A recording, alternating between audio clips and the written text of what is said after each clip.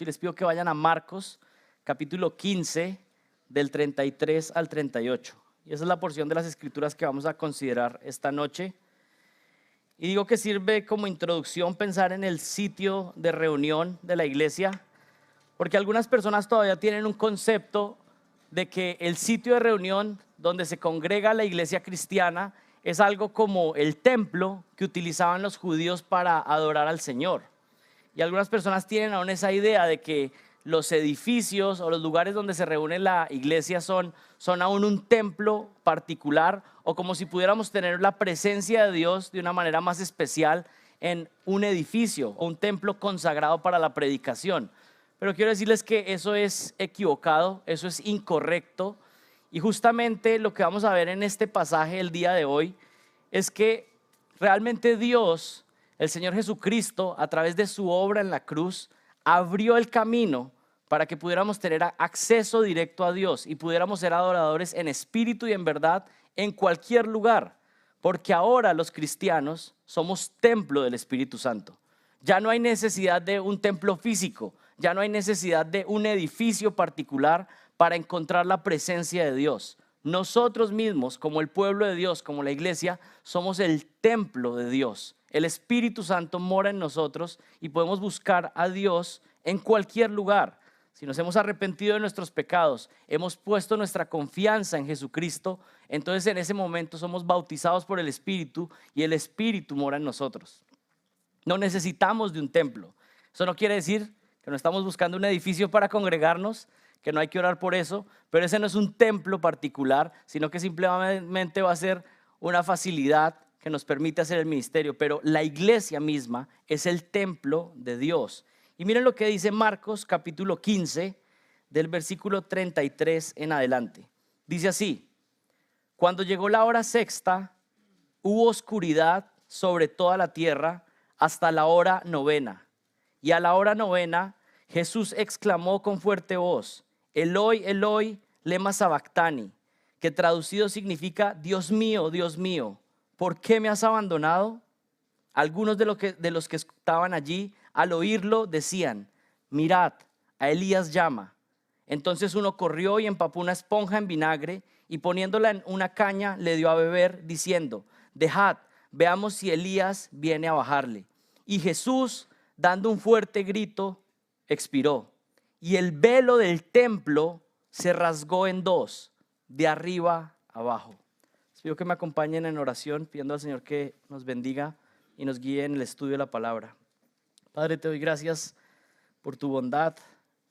Gracias por el ministerio de esta iglesia que no solamente tiene un impacto en esta ciudad, en este país, sino que supera las barreras, Señor, de este país y está por todo el mundo expandiéndose a través de la proclamación del evangelio, a través de la predicación fiel de la palabra, Señor. Y te damos gracias porque nosotros en Colombia y en Cali somos beneficiados de la instrucción que hemos recibido acá, Señor. Te pido, Señor, que nos guíes en esta noche. Gracias por el privilegio de a la mitad de la semana parar de todas nuestras ocupaciones, de nuestras actividades normales y poder estar aquí concentrados en tu palabra, Señor. Somos olvidadizos y necesitamos recordar tu palabra. Necesitamos recordar, Señor, lo que tú has hecho por nosotros una y otra vez. Así que te damos gracias y como cantábamos hace unos minutos, Señor, permítenos ver a Jesucristo. Permítenos contemplarlo, ver su gloria, Señor. Y que lo que suceda en esta noche acá, Señor, es que personas que aún no conocen a Jesucristo puedan arrepentirse y ser salvos. Y que aquellos que ya están en ti podamos glorificar, Señor, a nuestro Salvador, a nuestro Rey, que ha hecho una salvación tan grande a nuestro favor. Te pido que nos bendigas y te pido esto en el nombre de Jesucristo. Amén.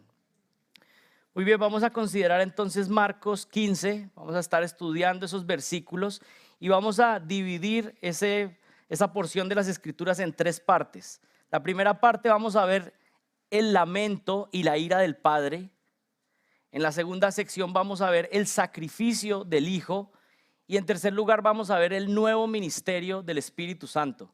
Y si ustedes notan por lo que estoy diciendo en este bosquejo, estamos viendo que la salvación en un sentido es una salvación trinitaria. Dios salvándonos, el lamento y la ira del Padre, el sacrificio del Hijo y el nuevo ministerio del Espíritu Santo. Pero comencemos con el primer punto, la ira y el lamento del Padre. Y vayan ahí en sus Biblias a Marcos 15:33 y miren lo que dice. Cuando llegó la hora sexta, hubo oscuridad sobre toda la tierra hasta la hora novena. Y un poco de contexto, ustedes saben que ahí en los evangelios se está narrando los últimos momentos antes de la crucifixión. El Señor Jesucristo había pasado esa última noche con sus discípulos en la última cena, celebrando la Pascua con ellos, dándoles sus últimas instrucciones, y luego de la Pascua había tenido un momento de oración especial. Había estado en Getsemaní orando al Padre, clamando al Padre y diciéndole a sus discípulos que debían estar orando también, que era un momento donde iban a experimentar una prueba, una sacudida fuerte por parte de Satanás y que tenían que estar concentrados orando. Eso pasó durante la noche. Pero, ¿qué sucedió más adelante? Miren, a las 6 de la mañana fue sentenciado finalmente por Pilato luego de que había sido capturado. Recuerdan que Judas llegó allá a Getsemaní con unas personas, capturaron al Señor Jesucristo y lo empezaron a poner bajo juicio, y ya eso de las 6 de la mañana se había dado el veredicto para que fuera crucificado. A las 9 de la mañana, que es la hora tercera para los judíos, fue crucificado junto a dos ladrones, y a las 12 del día, que miren lo que dice el versículo 33, es la hora sexta desde lo que dicen los judíos, a plena luz del día hubo oscuridad. A las 12 del día se eclipsó la luz, el sol, y a las 3 de la tarde fue la muerte del Señor Jesucristo. Porque es importante ver todos los detalles, porque estamos viendo que el Señor está estableciendo todo de manera detallada. La agenda que se había establecido antes de la fundación del mundo se está cumpliendo de manera exacta. Las profecías que habían dicho cómo se entregaría el Mesías y cómo éste vendría a rescatarnos se estaban cumpliendo al pie de la letra. Y aquí dice el versículo 33 que cuando llegó la hora sexta, que es las 12 del día para nosotros, hubo oscuridad sobre la tierra. Hubo tinieblas, dicen algunas versiones. Y miren, aquí lo que está pasando es que Dios Padre está dando señales desde los cielos y está mostrando de manera visible algo que está pasando espiritualmente. Está dando un reflejo de lo que está sucediendo. Y es una señal sobrenatural. Lo que Dios Padre está mostrando es que hay oscuridad sobre la tierra, y algunas personas podían empezarse a dar cuenta, de los que estaban ahí alrededor, de que esas tinieblas no eran porque sí, sino que lo que estaba sucediendo acá era la muerte de alguien más. No era un delincuente común, sino que era el Hijo de Dios quien estaba muriendo en la cruz. Más adelante tenemos el centurión dando ese testimonio. Este no es un hombre cualquiera, este es el Hijo de Dios. Pero no todas las personas estaban con la misma actitud. Si ustedes miran el versículo 36, aún en medio de las señales que estaba dando Dios desde los cielos, de que la crucifixión era algo más que cualquier crucifixión que ellos hubieran visto, sino que estaba muriendo el Hijo de Dios ahí, había personas que aún en el versículo 36 se siguen burlando, siguen riéndose, siguen blasfemando al Señor. Pero hay una pregunta que yo creo que todos tenemos ahí, es ¿qué representan estas tinieblas? El versículo 33 dice que a la hora sexta hubo oscuridad sobre toda la tierra. ¿Qué representan esas tinieblas? ¿Qué representa esa oscuridad? Y podemos pensar en varias cosas. Número uno, las tinieblas son una señal visible de una realidad espiritual que está sucediendo. Dios de manera sobrenatural está trayendo esta oscuridad, pero esto lo que está mostrando es una realidad espiritual que está sucediendo. Es el Padre soberanamente trayendo esta oscuridad. En segundo lugar, las tinieblas en la Biblia comúnmente representan la ira de Dios. Y esto es muy importante. Cuando estudiamos las Escrituras desde el Antiguo Testamento y en varias porciones también en el Nuevo Testamento, se muestra que la oscuridad es un reflejo de que Dios está trayendo su ira, está mostrando su desagrado, está mostrando que todo es tinieblas. Si por ejemplo pensamos en Joel 2:2, dice que cuando llegue el tiempo de la tribulación, algo que caracterizará el tiempo de la tribulación es que va a haber gran oscuridad. En Joel 2:2 se dice lo siguiente: vendrá gran tiempo de oscuridad, día de tinieblas, día de lobreguez, densa oscuridad, juicio de Dios. Así que cuando pensamos en la oscuridad, podemos pensar en que es una muestra del juicio y de la indignación de Dios. Comúnmente en las Escrituras se presenta la oscuridad simbolizando esto. La oscuridad ejecutada por el Padre es un símbolo de juicio. Y ustedes que han estudiado las Escrituras saben que cuando el Padre está juzgando muestra oscuridad, pero cuando está bendiciendo hace todo lo contrario. ¿Qué pasa cuando Dios quiere bendecir a alguien? ¿O cómo lo representa la Biblia cuando Dios bendice a alguien? Pues la Biblia utiliza términos como que Dios ilumina, Dios alumbra, Dios deja ver. Cuando Dios está juzgando a alguien, esa persona no puede ver, pero cuando Dios quiere bendecirle, esa persona puede ver por primera vez. La luz es una muestra de la bendición de Dios, mientras que la oscuridad es una muestra de juicio en las Escrituras. ¿Qué más pueden representar estas tinieblas? Miren, las tinieblas, en tercer lugar, también representan la influencia satánica. En la Biblia también, cuando se habla de tinieblas, se habla del mal, de la influencia de Satanás en este mundo. Por ejemplo, en Colosenses 1:13, cuando alguien es salvo, ¿cómo lo refleja Colosenses? Dice que el dominio de las tinieblas, la persona ha sido pasada del dominio de las tinieblas al reino de su amado Hijo, al reino de la luz. Una persona que está muerta en delitos y pecados, una persona que es un incrédulo, la Biblia dice que está en tinieblas, está bajo el dominio de Satanás. Así que hay una asociación con la oscuridad conectada con lo que es Satanás y su reino en este mundo. Por ejemplo, en Efesios 6:12, cuando se habla de la lucha espiritual, se dice lo siguiente, y les leo: nuestra lucha no es contra sangre y carne, sino contra principados, contra potestades, contra los poderes de este mundo de tinieblas, contra las huestes espirituales de maldad en las regiones celestiales.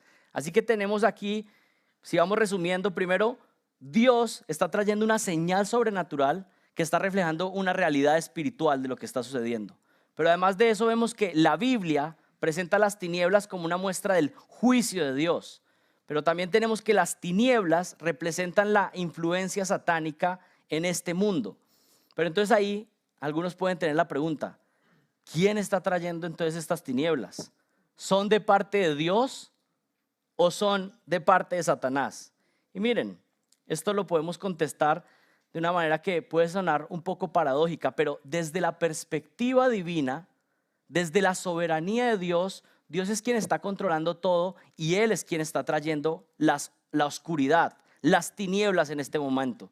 Pero si vemos lo que está pasando en la realidad de este mundo, pues es Satanás quien está obrando de manera poderosa también en la crucifixión de Jesucristo. Todo lo que estaba pasando con la crucifixión de Cristo está controlado soberanamente por Dios desde la eternidad, con su decreto soberano, pero al mismo tiempo los hombres que están actuando con la maldad más grande que se ha visto en este planeta, matando a nuestro Señor Jesucristo, están bajo la influencia de Satanás. Así que si lo miramos desde la perspectiva divina, es Dios quien trae las tinieblas, pero si miramos la perspectiva de este mundo, Satanás está obrando poderosamente. Vayan a Lucas capítulo 22, porque ahí hay una clave de esto que les estoy diciendo. Miren, en Lucas 22, particularmente en el versículo 3, se empieza a narrar cómo Satanás está obrando de manera poderosa en estos momentos de la crucifixión y el tiempo antes de la crucifixión. En Lucas 22:3 se dice que Judas fue poseído por Satanás. Y algunos entonces van a pensar, bueno, entonces no fue culpa de Judas, fue poseído. Pero miren, realmente eso no es lo que expresan los evangelios. ¿Saben qué dice? Que Judas siempre había sido un amante del dinero. Así que su corazón siempre había sido como un cultivo, como un campo preparado para que justo en ese momento Satanás entrara en él. Él es culpable, él es responsable de lo que hizo, pero está siendo una herramienta de las tinieblas de Satanás en ese momento para ir y capturar al Hijo de Dios, para entregarle, para traicionarle. Pero bajen su mirada al versículo 52. Miren lo que dice Lucas 22, del 52 al 53. Aquí lo que vamos a ver es que aquellos que capturaron a Jesús estaban bajo el poder de las tinieblas. Miren lo que dice Lucas 22, 52. Y Jesús dijo a los principales sacerdotes, a los jefes de la guardia del templo y a los ancianos que habían venido contra él: como contra un ladrón habéis salido con espadas y palos. Habiendo estado con vosotros cada día en el templo, no extendisteis las manos contra mí, mas esta es vuestra hora y la potestad de las tinieblas. Ellos estaban obrando en tinieblas. Es una muestra de que estaban obrando en la oscuridad de parte de Satanás, y la potestad de las tinieblas iba a comenzar a tener una acción de manera particular. Satanás siempre está obrando en este mundo, pero de manera particular está obrando en aquella época con el asesinato del Señor Jesucristo. Su trabajo comenzó en la noche y Dios luego, en medio de la crucifixión, trae nuevamente tinieblas para este periodo de acción malvada. Pilato, los soldados y todos los que participaron en la ejecución del Señor Jesucristo, si pudiéramos verlo de alguna manera, son las personas que han hecho la maldad más grande en este planeta. Escupir al Rey de la Gloria, golpearlo, darle latigazos. No sé si saben que en la crucifixión el Señor recibió latigazos con puntas que desgarraban su piel. Algunas personas dicen que los que recibían esos latigazos podrían hasta llegar a tener momentos donde sus órganos eran expuestos. La maldad más grande. Cuando pienso en lo que le hicieron al Señor Jesucristo, realmente pienso que al Señor alguien debía ni siquiera alzarle la voz. Al Rey del universo. Pero el Señor estaba recibiendo todos esos golpes y recibiendo la maldad satánica más grande que alguien ha podido experimentar. Él la estaba viviendo en ese momento. La oscuridad más grande que se ha podido vivir en algún momento de la humanidad es lo que estaba sucediendo en ese momento. Que el Dios del universo viene y nosotros le escupimos y lo matamos. Eso era lo que estaba sucediendo ahí. La maldad más grande que se ha ejecutado en este planeta Tierra es que Dios haya venido entre nosotros y nosotros lo hayamos crucificado. Y miren, aquí hay una paradoja. ¿Qué es una paradoja? Algo que parece contradictorio en nuestras mentes, pero que la Biblia lo presenta. Hay varias paradojas en la Biblia. Por ejemplo, que Dios es uno, pero son tres personas. Bueno, es una paradoja para nosotros, pero es una verdad que la Biblia enseña. ¿Y cuál es la paradoja que hay en este pasaje? El acto de mayor maldad y oscuridad satánica ejecutado por los hombres en esta tierra, escuche con atención, es el acto que Dios estableció para traer la mayor bendición a los seres humanos. Y lo repito, el acto de mayor maldad que ha hecho el ser humano en esta tierra es el acto que Dios había establecido desde antes de la fundación del mundo para bendecir a los seres humanos. Eso es una paradoja. Desde la perspectiva humana se ve como la maldad más grande, y lo es. Pero desde la perspectiva de Dios, Él está bendiciendo a aquellos que son suyos. Y esto no solamente sucede acá con la crucifixión de Cristo. Es el ejemplo más grande de todos. Pero esto sucede a lo largo de la Biblia una y otra vez. ¿Recuerdan lo que pasó con José? Cuando sus hermanos lo vendieron, lo traicionaron, lo quisieron matar. Fue la maldad más grande que él pudo recibir. Pero desde la perspectiva de Dios, no fue que Dios convirtió ese acto en bendición, sino que Él había determinado que eso sería lo adecuado para luego bendecir a todo el pueblo de Dios. Y que ese pueblo que Él sostendría, de allí saldría el Mesías que nos salvaría. La oscuridad, desde la perspectiva de Dios, la podemos ver en su soberanía, mientras que en esta tierra podemos ver oscuridad como maldad satánica. Pero no podemos olvidar que Dios es siempre soberano. Y aún lo que se puede ver más oscuro, si es para un hijo de Dios, Él lo está utilizando para nuestra bendición siempre. El asesinato de Jesús nos da vida. Las tinieblas que experimentó Jesucristo nos dan luz y nos permiten ver. Los mayores golpes de Satanás, lastimando a los hijos de Dios, están bajo la soberanía y la providencia de Dios. Miren, cuando un hijo de Dios experimenta golpes dolorosos en esta vida, cuando siente que la vida duele, que está oscura, puede estar convencido que Dios está obrando siempre para su bien. Aunque se vea oscuro, aunque todo se vea oscuro en este momento, Dios está bendiciendo a los suyos. Él lo dice, Romanos 8:28, para los que aman a Dios, que todas las cosas obran para bien. Él está bendiciendo siempre a sus hijos, siempre, en cada situación, en los momentos de enfermedad, en los momentos de muerte de un familiar cercano, si hay una situación o una crisis financiera, cuando hay situaciones difíciles en la familia y todo se ve oscuro, podemos recordar que Dios está al control y que Él está bendiciendo a los suyos. Y aún los actos más dolorosos y más terribles desde nuestra perspectiva pueden ser las obras que Dios está utilizando de la manera más poderosa para bendecirnos. Y el bendecirnos no significa que todo va a salir como queremos. El bendecirnos significa que vamos a ser transformados a la imagen de Jesucristo. Y lo que está mostrándonos la cruz y estas tinieblas es que lo que se puede ver tan oscuro puede ser la bendición más grande que Dios está trayendo. Y era lo que estaba sucediendo. Debemos recordar que Dios sigue en su trono, que está haciendo algo bueno, y aunque no podamos entenderlo, su mano paternal y amorosa está siempre bendiciéndonos en todo momento. La muerte de Jesús fue ejecutada por manos de hombres, pero al mismo tiempo fue planeada y determinada por el Padre. Eso es lo que dice Pedro en Hechos 2. ¿Recuerdan? A este entregado por el plan predeterminado y el previo conocimiento de Dios, clavasteis en una cruz por mano de impíos y le matasteis. Las dos realidades.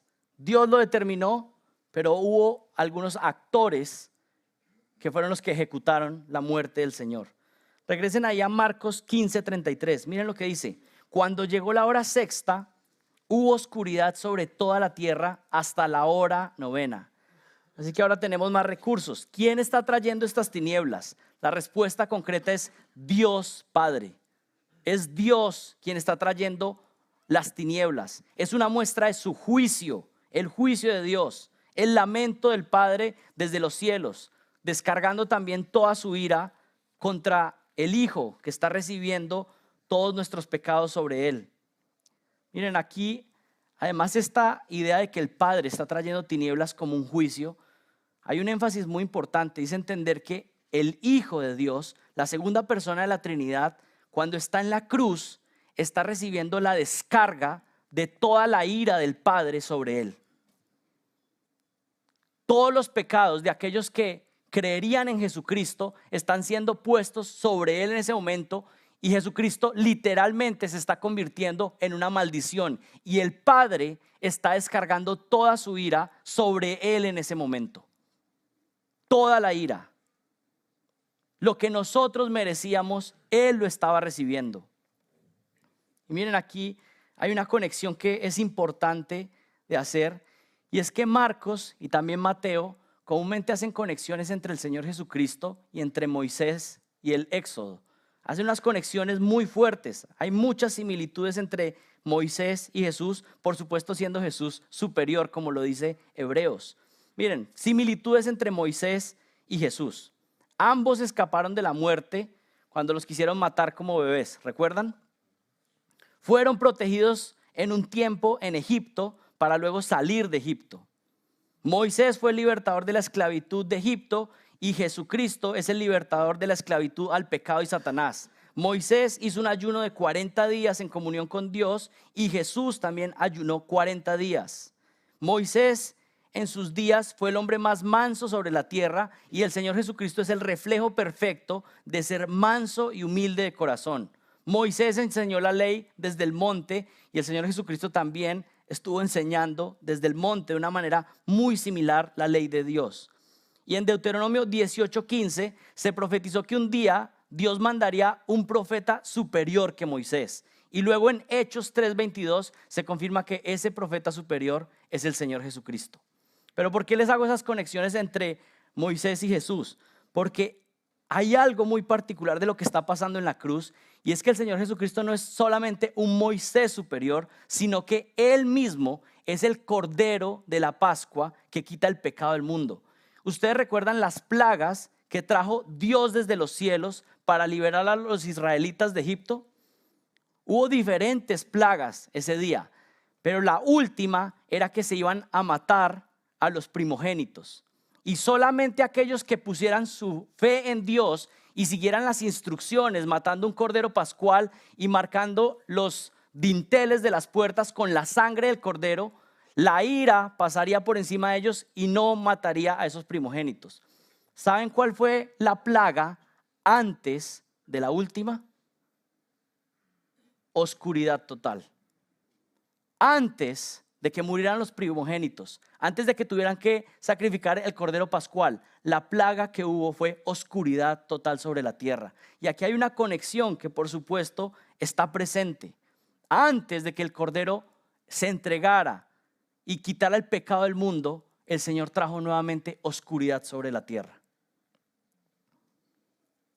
Antes del sacrificio del cordero de Dios, Dios está trayendo juicio y está mostrando la oscuridad, mostrando el juicio sobre este mundo. La ira e indignación del Padre estaban cayendo sobre el Hijo y por eso es que el Señor Jesucristo clama fuertemente: Dios mío, ¿por qué me has desamparado? Y miren ahí Marcos 15, versículo 34. A la hora novena, ya estábamos hablando en nuestro tiempo, a las 3 de la tarde, Jesús exclamó con fuerte voz: Eloi, Eloi, lema sabactani, que traducido significa Dios mío, ¿por qué me has abandonado? Ustedes saben que el Señor está ahí citando el Salmo 22, pero no es que Él está citando el Salmo 22, no es que está diciendo, bueno, voy a recitar el Salmo 22. Más bien el Salmo 22 estaba profetizando lo que el Hijo de Dios un día diría en la cruz. Está diciendo, Dios mío, ¿por qué me has abandonado? Y aquí pasa algo que nuevamente nuestras mentes no alcanza a comprender. ¿Qué es lo que está diciendo la segunda persona de la Trinidad? Aquí hay un abandono inexplicable para nosotros. No podemos comprender exactamente lo que estaba sucediendo, pero si pudiéramos definirlo de una manera sencilla es que Dios Padre está abandonando la naturaleza humana de Jesús y está descargando todo su castigo sobre él.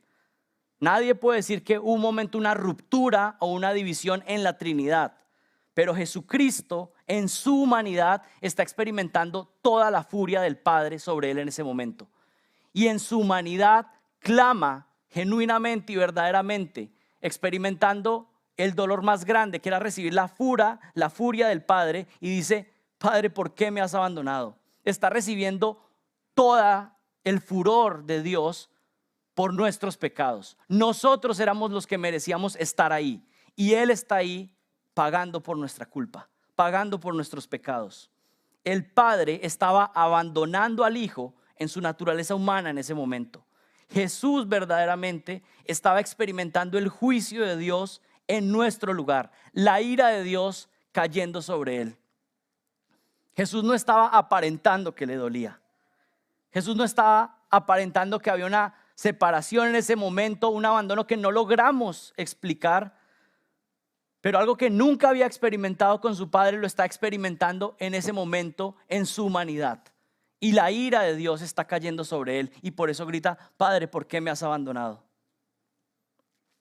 Mira lo que dice el versículo 35. Algunos de los que estaban allí al oírlo decían: mirad, a Elías llama. Ustedes saben que el Señor había dicho Eloi, Eloi, hablando de Dios mío, Dios mío. Parece que algunos ahí, haciendo un juego de palabras y seguramente conociendo el contexto judío, estaban burlándose de él, diciendo: está llamando a Elías, o que Elías le venga y le ayude, burlándose aún en medio de la crucifixión del Señor. Miren lo que dice el versículo 36. Entonces uno corrió y empapó una esponja en vinagre y poniéndola en una caña le dio a beber, diciendo: dejad, veamos si Elías viene a bajarle. Aquí lo que tenemos es algún personaje que en medio de su maldad, en medio de sus burlas, decide mostrar algo de compasión y darle algo de un vino barato para mitigar la sed que tenía el Señor Jesucristo. Hay otros evangelios donde se menciona que el Señor decía: tengo sed, ante lo que estaba experimentando. Miren, en este primer punto hemos visto en detalle, en esta primera escena, la ira y el lamento del Padre. El Padre sacrificando al Hijo por los pecados de aquellos que creeríamos en Él. Y yo creo que antes de pasar ahí al segundo punto, vale la pena parar un momento porque comúnmente hablamos del sacrificio del Hijo. Y es genuino y verdadero como lo hemos visto. Pero también hay un sacrificio del Padre entregando al Hijo por el perdón de nuestros pecados. El unigénito Hijo de Dios siendo entregado por Dios Padre. Ahora miremos en segundo lugar el sacrificio del Hijo. Hemos visto el lamento y la ira del Padre. Ahora miremos el sacrificio del Hijo. Miren el versículo 37. Y Jesús, dando un fuerte grito, expiró. Jesús, dando un fuerte grito, expiró. La segunda persona de la Trinidad, Dios hecho hombre, se despojó a sí mismo de sus vestiduras reales para humillarse, añadiendo humanidad a su divinidad. Jesucristo nunca dejó de ser Dios. Jesucristo nunca abandonó sus atributos, pero añadió humanidad y humanidad real. Nuestro Dios, a quien adoramos, nuestro Salvador, es verdaderamente Dios y verdaderamente hombre. Lo que enseña Filipenses 2:6, el cual siendo en forma de Dios, no estimó el ser igual a Dios como cosa a que aferrarse, sino que se despojó a sí mismo, tomando forma de siervo, hecho semejante a los hombres, y estando en la condición de hombre, se humilló a sí mismo, haciéndose obediente hasta la muerte. ¿Y qué clase de muerte? Muerte de cruz. Jesús es el Cordero de Dios que quita el pecado del mundo. Así como los israelitas tuvieron que marcar con la sangre del Cordero para que la ira no viniera sobre ellos, nosotros también necesitamos poner toda nuestra confianza en el Cordero que quita el pecado del mundo. Es la única forma. Dios estaba castigando al Hijo para que nosotros pudiéramos ser salvos. Esto lo enfatizan varios versículos. 2 Corintios 5:21 dice, al que no conoció pecado, le hizo pecado por nosotros, para que fuéramos hechos justicia de Dios en él. El inocente, el que nunca pecó, estaba siendo visto como el peor de los pecadores. Martín Lutero dice que Jesucristo en la cruz se hizo como el pecador más terrible de toda la humanidad, el peor pecador de todos. Gálatas 3:13 dice que Cristo nos redimió de la maldición de la ley, hecho por nosotros maldición, porque escrito está, maldito todo el que es colgado en un madero. Éramos nosotros los que merecíamos el juicio, el castigo, y Él lo está tomando en nuestro lugar. En estos días estaba meditando y pensando cómo el Señor Jesucristo podía haber muerto si no tenía una naturaleza pecaminosa. Y si el pecado es lo que trae la muerte y las personas mueren porque tienen una naturaleza pecaminosa, pero el Señor no nació con una naturaleza pecaminosa. Lo que está sucediendo aquí es que Dios imputó todo el pecado de aquellos que creerían en Él sobre Él. Y no solamente imputó el pecado, sino las consecuencias, la maldición misma del pecado. Jesucristo se hizo pecado por nosotros en la cruz. Estaba cargando con toda nuestra maldad y con las consecuencias que eso traía, que era la muerte. Por eso murió allí. Miren lo que dice el versículo 37. Y Jesús, dando un fuerte grito, expiró. Jesús, dando un fuerte grito, expiró. Llevamos casi 2 años predicando el Evangelio de Marcos ahí en Cali. Y algo que ha sido de bendición es poder resaltar la masculinidad de nuestro Señor Jesucristo. Un hombre verdaderamente. Hay varios comentaristas que dicen que una persona que hubiera experimentado lo que Jesucristo experimentó, de latigazos, de golpes, de estar crucificado por varias horas desangrándose, pues realmente lo que sucedería es que se iría muriendo y desvaneciendo lentamente. Pero aquí lo que tenemos es que el rey, el campeón, antes de morir, antes de expirar, pega un grito de victoria, con fuerza, con valentía. Si alguien quiere ver lo que es un hombre valiente, un hombre de verdad, entonces tiene que mirar al Señor Jesucristo. Él es un hombre de verdad. Y lo que está haciendo el Señor acá, al terminar su obra, al entender que todo estaba siendo completo y cancelado lo que tenía que hacer, gritó. El versículo 37 dice, y Jesús, dando un fuerte grito, expiró. ¿Cuál fue ese grito? ¿Qué fue lo que dijo? Juan 19:30 nos dice: entonces Jesús, cuando hubo tomado el vinagre, dijo: consumado es. ¿Qué fue lo que gritó el Señor Jesucristo? Consumado es. Todo está cancelado. No hay nada más que se pueda hacer. Está todo listo, está todo pagado. Aquellos que pongan su confianza en Él, está todo completamente cancelado. Él hizo todo lo necesario para que nuestros pecados puedan ser completamente perdonados. Y la próxima vez que usted sienta que tal vez su pecado es demasiado grande, que su pecado es demasiado sucio, usted puede recordar lo que gritó el Señor Jesucristo: consumado es, pagado está. Porque muchas veces la conciencia acusa y dice: no, realmente ya no puede ser perdonado, no puede ser limpiado. Pero recuerde las palabras del Señor Jesucristo: consumado es. Él pagó, es suficiente.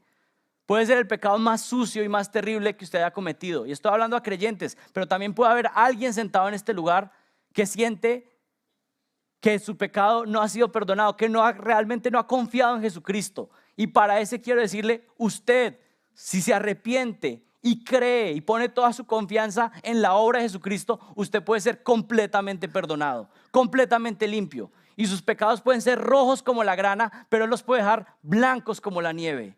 Eso es lo que promete su palabra. Él dijo: consumado es. La obra que hizo Jesucristo, miren, tendría la capacidad de salvar y limpiar millones de planetas tierras llenos de pecadores sucios, y quedaría saldo a favor, porque la obra de Jesucristo es sumamente grande. Su sangre es suficiente para perdonar a todo aquel que se arrepiente y cree verdaderamente en Él. Consumado es. Ese fue el grito declarando que la deuda estaba completamente cancelada. Y ahora una pregunta para ustedes: ¿has pecado contra Dios? ¿Con tus pensamientos? Tal vez en tu juventud, de maneras que piensas todavía que son detestables y recuerdas. En este mismo día, como sé que todos hemos pecado, con pensamientos, con palabras, con acciones. Mira, la única forma de escapar de la ira, del juicio de Dios, es arrepintiéndonos y creyendo en Jesucristo. Y creyendo que esas palabras que dijo son verdad. Consumado es. Él hizo lo que era necesario. Él cumplió con todo. Consumado es significa que Él obedeció perfectamente en nuestro lugar, que Él murió en nuestro lugar, que Él resucitó y es las primicias, que ascendió y está en los cielos intercediendo por nosotros, que ganó una herencia que va a compartir con nosotros eternamente. Consumado es significa que eres justificado, redimido, limpiado, reconciliado con Dios. No hay nada más que se pueda hacer. No hay nada que puedas hacer para que Dios te ame más. Es todo en base a lo que Jesucristo hizo. Consumado es. Él hizo todo lo que necesitábamos para nuestra salvación. Así que hemos visto la ira y lamento del Padre. En segundo lugar, hemos visto el sacrificio del Hijo. Y en tercer lugar, terminemos con el ministerio renovado o el nuevo ministerio del Espíritu Santo. El nuevo ministerio del Espíritu Santo. Miren lo que dice el versículo 38. Y el velo del templo se rasgó en dos, de arriba a abajo. El velo del templo se rasgó en dos, de arriba a abajo. Algunos que han estudiado el Antiguo Testamento saben que el templo tenía varios velos que cubrían diferentes áreas. Había un velo que estaba en el exterior, pero había un velo interno que separaba el lugar santo del lugar santísimo. Yo creo que este velo al cual se está refiriendo Marcos y que mencionan los evangelios y también el libro de Hebreos, está refiriendo a ese velo del interior, ese velo que dividía entre el lugar santo y el lugar santísimo. Los israelitas en general podrían entrar al atrio, los sacerdotes podrían entrar al lugar santo, pero solo el sumo sacerdote podía entrar al lugar santísimo una vez al año. Y realmente, si han leído, pues era hasta un peligro entrar por la presencia santa de Dios. Algunas veces el sumo sacerdote ni siquiera salía con vida. Y este velo que estaba ahí cubriendo, lo que estaba haciendo era una señal de la separación que había entre Dios y los hombres. Una separación que había comenzado desde Génesis 3:15 con el pecado del hombre. y había una separación completa. Es más, estos velos eran unos velos gigantes que tenían estampados ángeles y querubines, que eran una representación de los ángeles que estuvieron ahí cubriendo el jardín del Edén cuando el hombre fue expulsado, mostrando que había una separación, que después del pecado el ser humano estaba separado de Dios, estaba apartado, y eso representaba el velo. Miren, esa tela era una tela gigante, 8 o 10 centímetros de grueso. Tenía más o menos 9 metros de ancho por 18 metros de alto. Ese era el velo que estaba allí. Tenía ángeles bordados que representaban la entrada a la presencia santa de Dios. ¿Y por qué es importante todos estos detalles? Porque ese velo está representando la división que hay entre los hombres y Dios, que no había acceso directo. Y lo que está haciendo el Señor Jesucristo es que se está rasgando el velo en dos, mostrando que ahora hay acceso directo a Dios. El velo representaba la barrera que había entre el ser humano y el Dios santo, una barrera imposible de traspasar. El hombre está separado de Dios sin ninguna alternativa por sus propios medios. Y mira lo que dice el versículo 38, se rasgó de arriba a abajo. Y esa expresión de que el velo se rasgó y que se rasgó de arriba a abajo tiene implicaciones. Está hablando es que es una obra de Dios. Es Dios quien está ejecutando y quien está acercándose y abriendo el camino para que los hombres pudieran venir a Él. Si pensamos en una ilustración, a veces las personas piensan que acercarse a Dios es como subir una montaña y Dios está allá y cada uno hace como su mejor esfuerzo. Y uno le pregunta a las personas, bueno, ¿tú vas a ir al cielo? Y la persona dice, bueno, yo he hecho mis mejores esfuerzos. O yo creo que paso, pero paso raspando, ¿sí?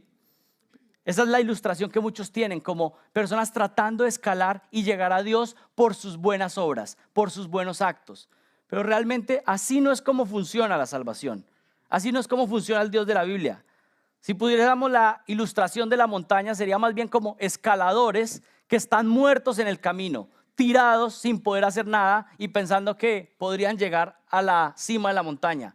Son cadáveres. La única forma es que el Dios que está en la cima baje y les dé vida y los rescate y pueda llevarlos con Él. Esa realmente es una ilustración más cercana a la salvación que ofrece la Biblia, que ofrece el Señor Jesucristo. Nosotros estamos muertos en delitos y pecados y a menos que Él intervenga y que nos dé vida, no podemos hacer absolutamente nada. Y pensando en el velo, podríamos pensar en una ilustración. Esta separación entre los hombres y Dios no es como que hay una barra que alguien puede saltar fácil o que si se esfuerza mucho de pronto logra saltar. Cuando estaba pensando en este velo y lo que representa espiritualmente, es más como si Dios está al otro lado de un muro, pero imagínense un muro de este tamaño, un muro que tiene kilómetros y kilómetros hacia cada lado.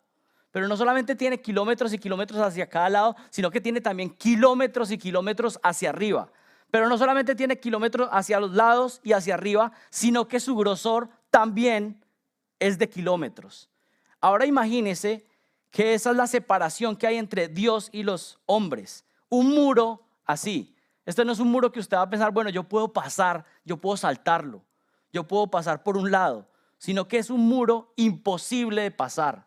La única forma es que Dios mismo rompa esa barrera, rasgue ese muro en dos y abra una puerta para que usted pueda pasar al otro lado. Y justamente eso es lo que es Jesucristo, porque Él lo dijo en Juan 10:9, yo soy la puerta, el que por mí entrare será salvo, y entrará y saldrá y hallará pastos. El Señor rasgó el velo en dos, mostrando que el acceso estaba directo a Él, ahora por medio de Jesucristo. Juan 14:6 dice, yo soy el camino, la verdad y la vida. Nadie viene al Padre sino por mí. Miren el versículo 38. Y el velo del templo se rasgó en dos, de arriba a abajo.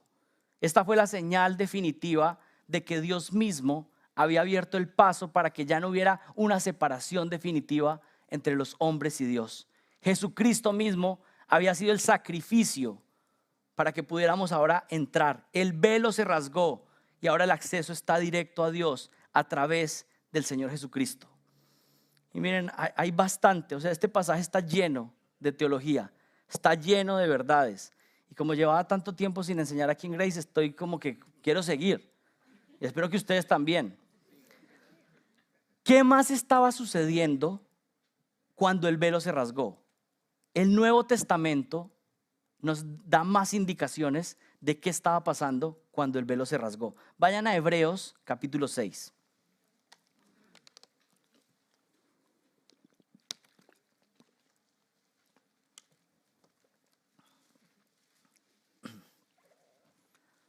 ¿Qué más estaba sucediendo cuando el velo se rasgó? Miren, lo primero, estábamos siendo anclados a Dios. El hecho de que el velo se rasgara era una muestra de que ahora aquellos que están en Cristo van a estar anclados a Dios. Miren lo que dice Hebreos 6:19, la cual tenemos como segura y firme ancla del alma y que penetra hasta dentro del velo. La esperanza que tenemos en Jesucristo, lo que está diciendo el autor de Hebreos, es como un ancla. ¿Y qué es lo que hace un ancla? Un ancla lo que hace es que deja algo firme y fijo en un lugar. Y lo hermoso es que está diciendo acá es que el Señor Jesucristo abrió el camino para nosotros. Y aquellos que están en Cristo son anclados a Dios y no pueden escapar de Él. A veces uno piensa, bueno, ¿será que voy a perseverar hasta el final? Si estás en Cristo, sí, porque estás anclado. Jesucristo entró al lugar santísimo y te ancló allí. ¿Y saben qué es lo más hermoso? Que dice que donde está Jesucristo sentado, estoy yo sentado con Él. Que el velo se rasgara significa que somos anclados a Dios. En segundo lugar, se nos está abriendo un camino seguro. Miren lo que dice Hebreos 6, el versículo 20, el siguiente versículo. Donde Jesús entró por nosotros como un precursor, hecho sumo sacerdote para siempre, según el orden de Melquisedec. ¿Qué significa esta palabra precursor? Un pionero, uno que abrió camino. Él no solamente nos ancló, sino que Él abrió el camino de acceso para el Padre. Estaba pensando en una ilustración esta semana que vinimos con Santi acá. No venía hace bastante tiempo al ministerio de niños. Y Emita, la hija de Homero, ella ya había entrado antes y conocía a Santi. Fue muy interesante porque Santi no quería entrar, tenía miedo porque era un lugar desconocido para él otra vez. Pero fue muy lindo porque Emita le dijo que adelante, que siguiera, que ella ya estaba adentro. Por supuesto, esta es una ilustración, pero eso es lo que hace un precursor. Uno que entra primero al lugar y le dice al otro que puede entrar ahora con confianza. Ha abierto un camino para que esa persona pueda entrar. Eso es lo que hizo Jesucristo, entrando al lugar santísimo, un lugar al que nosotros no pertenecíamos, una relación que nosotros no podíamos tener por nuestro pecado, pero el Señor Jesucristo entró, nos ancló y ahora nos dice, entren con confianza, que vienen conmigo, soy su abogado, yo pagué por ustedes, y eso nos da pleno acceso y confianza al Padre. Es hermoso lo que el Señor ha hecho por nosotros. Vayan a Hebreos 9. Estamos siendo purificados de nuestros pecados cuando el velo se rasgó. Miren lo que dice Hebreos 9, el versículo 3. Y detrás del segundo velo, hablando del velo interior, había un tabernáculo llamado el lugar santísimo, el cual tenía el altar de oro del incienso y el arca del pacto cubierta toda de oro, en el cual había una urna de oro que contenía el maná y la vara de Aarón que retoñó y las tablas del pacto, y sobre ellas estaban los querubines de gloria que daban sombra al propiciatorio. Pero de estas cosas no se puede hablar ahora en detalle. Y bajen su mirada al versículo 11. Pero cuando Cristo apareció como sumo sacerdote de los bienes futuros, a través de un mayor y más perfecto tabernáculo, no hecho con manos, es decir, no de esta creación, y no por medio de la sangre de machos cabríos y de becerros, sino por medio de su propia sangre, entró al lugar santísimo una vez y para siempre, habiendo obtenido redención eterna. Algo más que estaba sucediendo ahí con la ruptura del velo es que estábamos siendo redimidos y purificados. Estábamos siendo limpios en Él. Y miren lo que dice Hebreos 10:19. Dice que estábamos siendo habilitados para tener acceso directo a Dios. Hebreos 10:19. Entonces, hermanos, puesto que tenemos confianza para entrar al lugar santísimo por la sangre de Jesús, por un camino nuevo y vivo, el cual Él inauguró para nosotros por medio del velo, es decir, su carne. Aquí el autor de Hebreos nos está diciendo que el velo era una ilustración también del sacrificio mismo de Cristo. El velo, una ilustración como el camino abierto hacia Dios por medio del sacrificio del Señor Jesús. Miren, si no fuera por Cristo, nosotros seríamos consumidos y no podríamos estar ante la presencia santa de Dios. Pero Él abrió el camino, nos ha purificado y nos permite estar en la presencia de Dios, y así estaremos por la eternidad, siempre solo por la obra de Cristo en nuestro lugar, en sus méritos, en lo que Él hizo. Cuando el Padre nos ve a nosotros, que estamos en Cristo, está viendo como si hubiéramos vivido la vida perfecta de Cristo. Su justicia está en nosotros. Versículo 38 en Marcos 15. Y el velo del templo se rasgó de arriba abajo. El velo del templo se rasgó de arriba abajo. Y mira, algunos están tal vez preguntando, bueno, ¿dónde está la obra del Espíritu Santo? ¿Dónde está el ministerio renovado? Bueno, ustedes saben que el Señor había prometido que su Espíritu vendría para morar y acompañar a aquellos que creyeran en Él. Él lo había prometido en Juan 14:16, dice: yo rogaré al Padre y Él os dará otro consolador para que esté con vosotros para siempre. Es decir, el Espíritu de verdad, a quien el mundo no puede recibir porque ni le ve ni le conoce. Pero vosotros sí le conocéis porque mora en vosotros y estará en vosotros. No os dejaré huérfanos. Es bien hermoso porque en Marcos se habla de el ministerio y la obra de Cristo como uno que no vino a ser servido, sino para servir y dar su vida en rescate por muchos. Ese es el versículo clave de Marcos 10:45, que el Señor no vino para ser servido, sino para servir y dar su vida en rescate por muchos.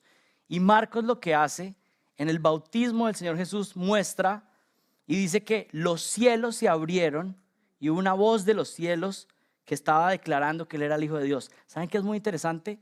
La palabra que se utiliza en Marcos 1 diciendo que se abrió los cielos es la misma palabra para referirse a que el velo se rasgó. Es como si dijera: los cielos se rasgaron. Y es lo mismo que está sucediendo ahora. Es como si dijera: y el velo se abrió y el acceso está directo a Dios Padre. Estas conexiones, por supuesto, no son coincidencia. Es la hermosura de la palabra de Dios. Y lo que está sucediendo ahí, cuando vino el Espíritu Santo a comenzar a bendecir y dar fuerza particularmente para el ministerio público del Señor, y lo que Él hizo, ahora se está mostrando que ese ministerio está siendo completo y que ahora también el velo se está abriendo y que el templo era ahora inútil completamente. Ya no había necesidad de un templo donde adorar a Dios. El velo se había rasgado y ahora cada persona que cree en Jesucristo y tiene al Espíritu Santo en su corazón puede buscar directamente a Dios sin necesidad de ir a un templo en Jerusalén. El velo se rasgó y el velo también es una señal de que el templo ya no era necesario para nada. Ahora podemos ir directamente a Dios. Y ese es el nuevo ministerio del Espíritu Santo. El 2 Corintios 1:21 dice que el que nos confirma con vosotros en Cristo y el que nos ungió es Dios, el cual también nos ha sellado y nos ha dado las arras, el Espíritu en nuestros corazones. Y en 1 Corintios 3:16 dice: ¿no sabéis que sois templo de Dios y que el Espíritu de Dios mora en vosotros? Aquí está la muestra de el lamento y la ira del Padre, el sacrificio del Hijo y el ministerio renovado del Espíritu Santo. Tenemos acceso a Dios y directamente el Espíritu Santo está morando en nosotros sin necesidad de un templo. El velo se rasgó y tenemos acceso directo a Dios. Miren, podemos concluir esto pensando en aquellos que no están en Cristo. Pues miren, el acceso a Dios está abierto.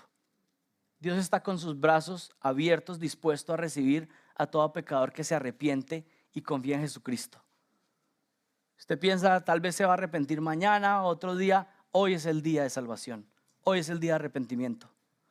Pero para aquellos que ya estamos en el Señor Jesús, para aquellos que ya somos templo del Espíritu Santo, yo espero que este mensaje lo que haga es que sea un incremento para adorar a nuestro Dios, para quedar asombrados, primero, de la grandeza de su palabra, de la profundidad de su palabra, de la profundidad de la obra de Dios por nosotros.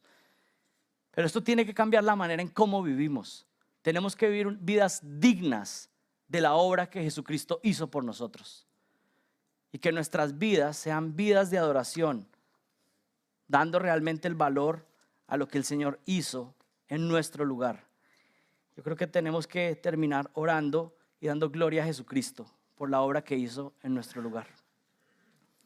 Padre, te doy gracias por tu palabra, que es como un tesoro y una mina donde podemos sacar y sacar más tesoros, Señor, y conocer más y más de ti, de tu carácter, de tu grandeza. Damos gracias porque tú eres soberano, Padre.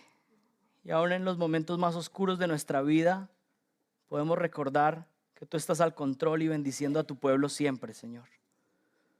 Te damos gracias, Señor, porque ni siquiera alcanzamos a comprender con nuestras mentes lo que significa que tú, Padre, entregaras a tu Hijo unigénito para el pago de nuestros pecados. Le damos gracias por ese sacrificio.